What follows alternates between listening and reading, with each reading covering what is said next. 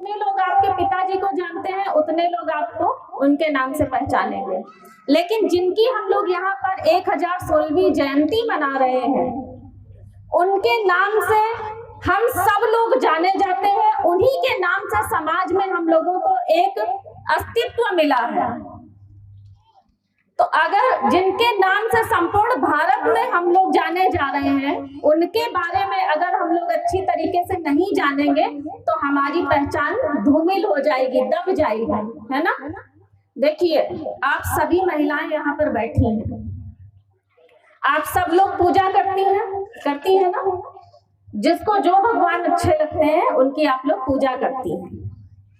आपको कुछ नहीं करना है, आप जिनकी पूजा करती हैं उनकी पूजा करते रहिए। एक एक फोटो सब लोग अपने घर में महाराजा सुहेलदेव जी की लगाइए और रोजाना उनकी पूजा करिए। यहाँ पर कितने बच्चियां बैठी हैं जो स्कूल पढ़ने जाती हैं? एक बार हाथ खड़ा करके बताएं। बच्चियां जो स्कूल पढ़ने जाते हैं, हाथ खड़ा करिए, शर्माने वाली बात नहीं है। आप लोग नहीं जाती हैं स्कूल, आप हाथ नीचे करिए। हम उन बच्चों की बात कर रहे हैं जो स्कूल पढ़ने जाते हैं। देखो, अभी आपको इस जयंती में बैठने में शर्म आ रही है। अभी मेरे दिमाग में एक बात आई कि आज जो हम लोग जयंती इतने साधारण तौर से मना रहे हैं, अगली बार जब महाराजा सुहेलदेव राजभर जी की जयंती आने वाली होगी, उससे पहले आप जितने भी पढ़ने लिखने वाले बच्चे हैं, उन सबको महाराजा सुहेलदेव राजभर जी के बारे में इंटरनेट के माध्यम से, इस फोन के माध्यम से पूरी जीवनी याद करनी है। ये आप लोगों के लिए एक प्रतियोगिता रखी जाएगी हर जिले में, और उस प्रतियोगिता में जो बच्चा सबसे अच्छी तरीके से महाराजा सुहेलदेव राजभर जी की जीवनी को बता पाएगा, उस बच्चे को पुरस्कृत किया जाएगा। आप सब लोगों के लिए एक टास्क है, 1 साल का समय है आप सारे पढ़ने लिखने वाले बच्चों के लिए। महाराजा सुहेलदेव जी की जयंती के बारे में, उनका क्या क्या योगदान रहा जो जयंती हम लोग मना रहे हैं, उन सब के बारे में इंटरनेट के माध्यम से आप लोग पढ़िए, सीखिए, और वो सारी चीजें अपने मम्मी पापा को भी बताने का काम करिए। आप लोगों को सीखने और सिखाने की जरूरत है। आप बच्चे जब उनकी जीवनी के बारे में जान जाएंगे तो वो जीवनी आपको अपने मम्मी पापा को भी बतानी है, क्योंकि फाइनल टास्क यही होगा कि सिर्फ बच्चा महाराजा सुहेलदेव जी के बारे में ना जानता हो, उसके मम्मी पापा, भाई बहन, घर में जितने भी सदस्य हैं, सबको उनके बारे में पता होना चाहिए। ये एक जागरूकता का पहला कदम होगा कि आप लोग अपने महापुरुष के बारे में जानेंगे।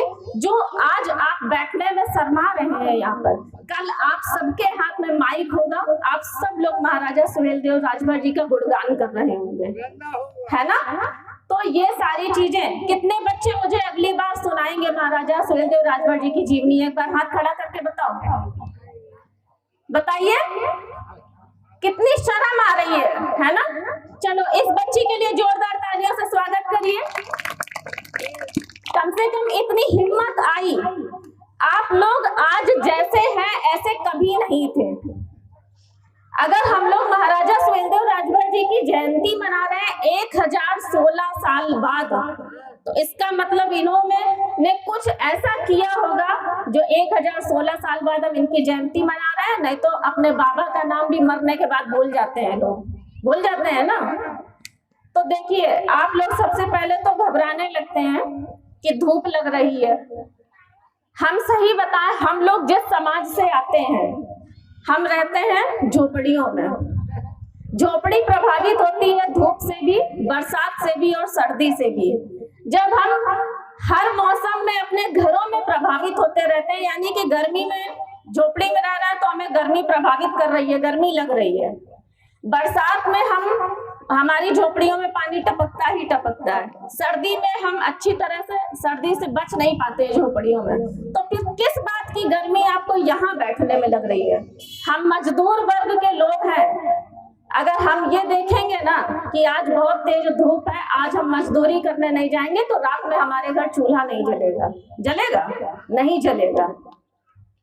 तो अगर हम 2 वक्त की रोटी के लिए संघर्ष कर सकते हैं, कड़ी धूप में बैठ सकते हैं, कड़ी धूप में मेहनत कर सकते हैं, बरसात में भीगते हुए हम रिक्शा चला सकते हैं, तो क्या हम यहाँ पर थोड़ी देर धूप बर्दाश्त नहीं कर सकते हैं?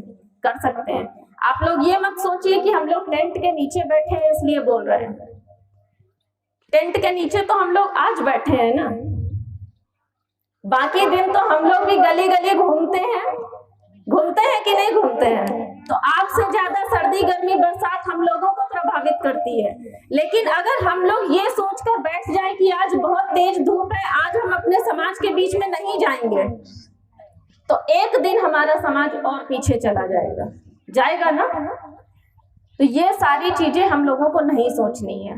हम सब लोगों को आगे बढ़ने का प्रयास करना है। जब तक हम लोग खुद आगे नहीं बढ़ने का प्रयास करेंगे तब तक कोई आपको आगे नहीं बढ़ा सकता है ना। तो आप सभी लोगों से मेरा यही निवेदन है कि आप सब लोग इनकी पूजा रोज करिए। ये महापुरुष हैं, इनकी वजह से हमारी पहचान है। आज से पहले चाहे राजभर हो, चाहे रजवार हो, चाहे राजवंशी हो, राजभर को लोग राजभरवा कहते थे। ये हंसने वाली बात नहीं है, लेकिन वही आज बड़े बड़े न्यूज चैनल, यहाँ तक कि प्रधानमंत्री नरेंद्र मोदी जी भी राजभर जी बोलते हैं। क्यों बोलते हैं? ये हम सबकी ताकत है, हम सबकी लड़ाइयां हैं। महाराजा सुहेलदेव राजभर जी का आशीर्वाद है। अपने महापुरुषों के बारे में आप लोग जानिए। हम आप लोगों का बहुत ज्यादा समय नहीं लेंगे, लेकिन एक बार आप सब लोग हाथ खड़ा करके बताइए कि महाराजा सुहेलदेव राजभर जी की फोटो कौन कौन अपने घर में लगाएंगे और कौन कौन रोज पूजा करेंगे। और सब लोगों को जानना है। देखिए, हम जानते हैं कि आप लोग पढ़े लिखे नहीं है। आप जो मेरा वीडियो बना रही हैं बैठ करके ना, बनाइए, अच्छी बात है। देखिए, आप पढ़ी लिखी हो सकता है ना हो, लेकिन आप मोबाइल चलाना जान गई है ना। किसी ना किसी ने आपको सिखा दिया होगा कि आप ये बटन दबाएंगी तो वीडियो बनने लगेगा। तो जब आप वीडियो बनाना जान गई हैं, आपको कुछ नहीं करना है। यूट्यूब आप सब लोग जानते हैं। आज के समय में कोई भी छोटा सा 1 साल का बच्चा हो या आप महिलाएं हो, अपने अपने मतलब की चीज यूट्यूब पे सब लोग ढूंढ लेते हैं। आप सब लोगों से भी मेरा यही निवेदन है कि आप सब लोग कुछ मत करिए, यूट्यूब पे जा करके माइक में बोलना है महाराजा सुहेलदेव राजभर जी की जीवनी। आप पढ़ नहीं सकती हैं, कोई बात नहीं, वहां पर बोल बोल करके भी सुनाया जाता है, जिस तरह से कहानी सुनाई जाती है। जब आप लोग सीख जाएंगे तो आप अपने बच्चों को सिखाएंगे, है ना। आज अगर जो लोग शिव चर्चा करते हैं, जो महिलाएं शिव चर्चा करती हैं, अगर यहाँ पर शिव चर्चा हो रही होती तो अपने घरों की चिंता किसी को नहीं होती, क्योंकि उनको ये लगता है कि शिव चर्चा अगर हम बीच में छोड़ करके गए तो शिव जी हमसे नाराज हो जाएंगे, है ना। तो ये क्या है? शिव जी के प्रति आपकी एक आस्था है। हम आपका अंधविश्वास नहीं कह रहे हैं, शिव जी के प्रति आपकी एक आस्था है कि अगर हम बीच में से पूजा पाठ छोड़ के गए तो शिव जी नाराज हो जाएंगे। आपको वही आस्था महाराजा सुहेलदेव राजभर जी के लिए भी दिखानी है कि अगर हम इस कार्यक्रम से बीच में से उठ करके गए तो हमारे बच्चों का भविष्य आगे नहीं बन पाएगा। ये आस्था जब तक आप लोग नहीं रखेंगे तब तक आप लोग पीछे रहेंगे, है ना। आप सब लोगों से मेरा निवेदन है, अगली बार जब भी कार्यक्रम होगा, किसी भी तरह का कार्यक्रम हो, महाराजा सुहेलदेव से संबंधित कार्यक्रम हो, आप सब लोग जितना भी समय यहाँ पर मांगा जाए उतना समय आप लोग दीजिए। तो एक बार बताइए, आप लोग समय देंगे कि नहीं देंगे? देंगे समय कि नहीं देंगे?